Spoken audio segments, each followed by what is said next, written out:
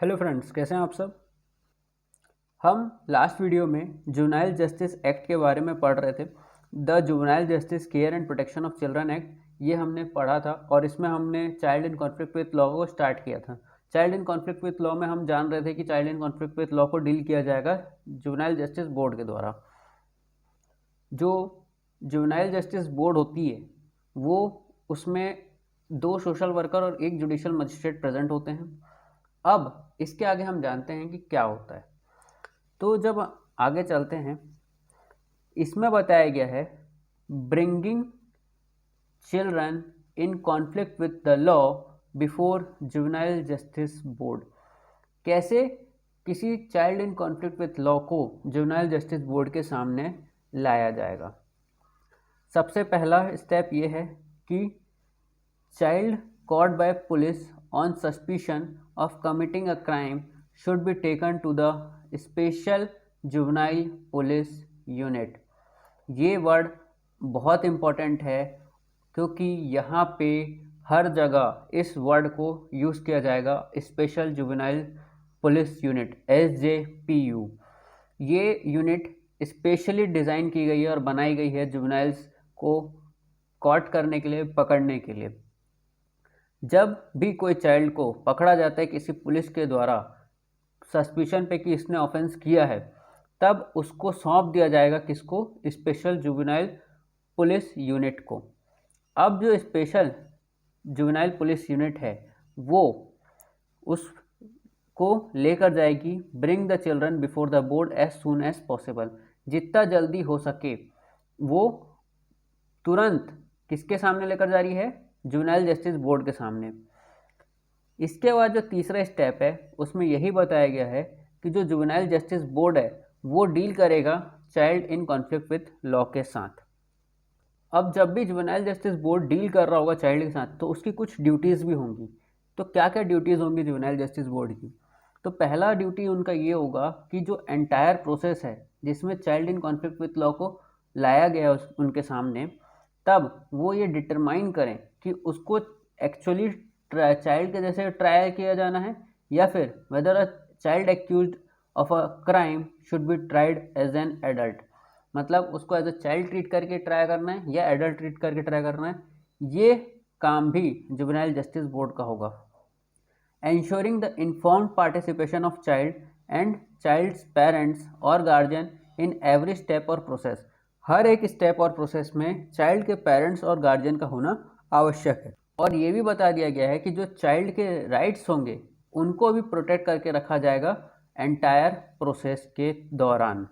और वहीं पे बता दिया गया है कि जो लीगल एड है, फ्री लीगल एड फैसिलिटी भी प्रोवाइड की जाएगी चाइल्ड को। और अगर चाइल्ड बोल नहीं पाता है या उसको कोई इंटरप्रेटर या ट्रांसलेटर की ज़रूरत है तो ये भी प्रोवाइड करने का काम जुवेनाइल जस्टिस बोर्ड करेगी, इंटरप्रेटर और ट्रांसलेटर को प्रोवाइड करने के लिए अगर कोई लैंग्वेज में डिफ़िकल्टी आ रही है चाइल्ड के। उसके बाद ये बता दिया गया है कि जो नेसेसरी सपोर्ट होगा, मतलब child in conflict with law को जब भी लेकर आया गया है तो support required in cases where a child in conflict with law is also in need of care and protection. मतलब उस चाइल्ड की केयर और प्रोटेक्शन को भी इंश्योर करने का काम जुवेनाइल जस्टिस बोर्ड ही करेगी। मतलब जो भी कॉन्फ्लिक्ट विथ लॉ, जो भी child in conflict with law है उसको प्रोटेक्ट करना, उसकी केयर करना, ये भी काम कौन कर रहा है? Juvenile justice board. इसकी ड्यूटी होगी कि उसको नेसेसरी सपोर्ट प्रोवाइड किया जाए चाइल्ड को। उसके बाद बता दिया गया है कि जो भी चाइल्ड उनके पास है उसको एटलीस्ट एक इंस्पेक्शन विजिट देना होगा। मतलब महीने में, हर महीने में एक इंस्पेक्शन विजिट, कहाँ की? उसके घर की। Residential facilities for children in conflict with law, मतलब उसको उसके घर जो रेसिडेंस है वहाँ पे हर महीने में एक इंस्पेक्शन विजिट देना होगा। उसके बाद बता दिया गया है कि रेगुलर इंस्पेक्शन करना होगा जेल का। meant for adults to check for any children in such jail where child is found, the board should transfer such child to an observation home। यहाँ पे बता दिया गया है कि जेल की रेगुलर इंस्पेक्शन करना होगा जुवेनाइल जस्टिस बोर्ड को, और अगर वहाँ पे कोई चाइल्ड पाया जाता है तो उसको तुरंत ही ट्रांसफ़र करना होगा ऑब्जर्वेशन होम में। और जब भी कोई ऑफेंस हुआ है, child in conflict with law ने कोई ऑफेंस किया है, तो एक प्रोबेशन ऑफिसर जो होगा वो सोशल इन्वेस्टिगेशन करेगा और सोशल इन्वेस्टिगेशन की रिपोर्ट सबमिट करा जाएगा 15 दिन के अंदर अंदर। मतलब प्रोबेशन ऑफिसर जो होते हैं वो देखेंगे कि चाइल्ड का बिहेवियर कैसा था सोसाइटी में और वो एक सोशल इन्वेस्टिगेशन करेंगे। उस सोशल इन्वेस्टिगेशन की रिपोर्ट उनको 15 दिन के अंदर अंदर सबमिट करनी होगी। अब आते हैं हम बेल पे। बेल इज़ अ रूल, ये वर्ड को आप याद रख लीजिए। ये एक सिंपल वर्ड है, चाहे जो भी ऑफेंस किया गया है child in conflict with law के द्वारा, चाहे वो बेलेबल हो या नॉन बेलेबल हो, उनको बेल देना ही होगा। अ child in conflict with law will not be released on bail if such release is likely to। कब बेल नहीं दिया जाएगा, तो उसके लिए फॉलोइंग पॉइंट्स दे दिए गए हैं। पहला पॉइंट ये बोल दिया गया है कि वो जो चाइल्ड है वो किसी नॉन क्रिमिनल के कांटेक्ट में आ सकता है अगर उसको बेल दे दिया गया तो, या वो चाइल्ड मॉरल या फिर फिजिकल या फिर साइकोलॉजिकल डेंजर में आ जाएगा अगर उसको बेल दी गई। और तीसरा बता दिया गया है एंड ऑफ जस्टिस, अगर मतलब बेल देने से जस्टिस की एंड हो जाएगी, मतलब जस्टिस खत्म हो जाएगा, तब उसको बेल नहीं दिया जाएगा। ये 3 कारण होने की वजह से ही उसकी बेल नहीं दी जाएगी, अदरवाइज उसको बेल देना ही होगा, चाहे whether it is a bailable और अ नॉन बेलेबल ऑफेंस। ये इमेज से आपको कुछ समझ में आएगा कि no child should be kept in a jail और पुलिस लॉकअप। इसके बाद हम चलते हैं, a child in conflict with law shall never be kept in a police lockup और अ जेल। और साथ ही साथ ये भी बता दिया गया कि कोई हैंड कफिंग, मतलब उनके हाथ को बांध कर हथकड़ी नहीं पहनाई जाएगी, बीट नहीं, मारना नहीं है, टॉर्चर नहीं करना है किसी भी चाइल्ड को। Not permitted under any circumstances, किसी भी सर्कमस्टेंसेस में ये काम नहीं करना है। Children not granted bail are sent to observation home और सम प्लेसेस ऑफ सेफ्टी।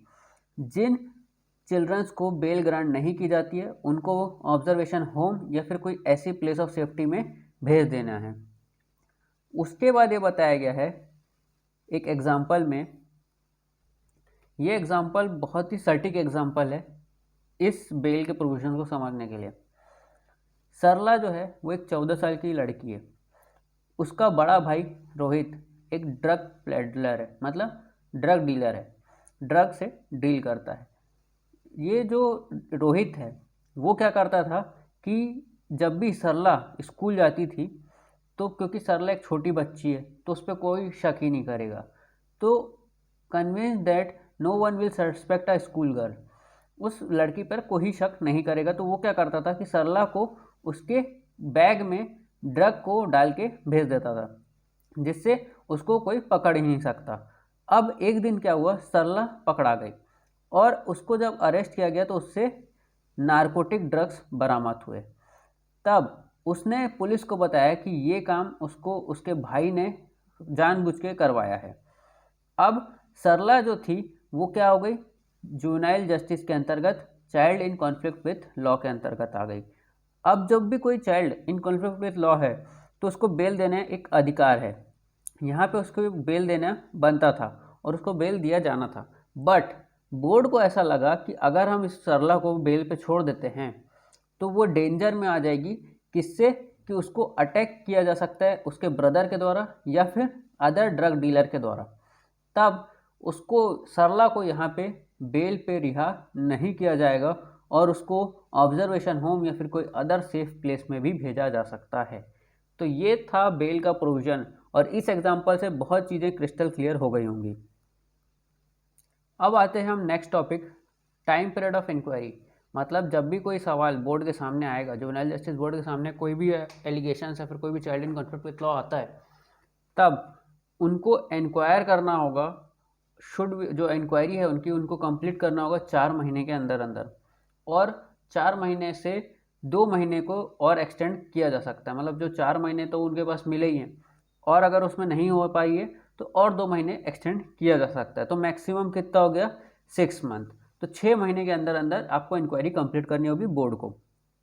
अब in case of petty offence, petty offence कौन से ऑफेंस होते हैं, पैटी ऑफेंसेस वो ऑफेंस होते हैं जो कि आईपीसी में जिसमें मैक्सिमम पनिशमेंट अंडर आईपीसी या फिर अदर लॉ में 3 साल से ज़्यादा की नहीं है, तब वो कहलाएंगे पैटी ऑफेंस।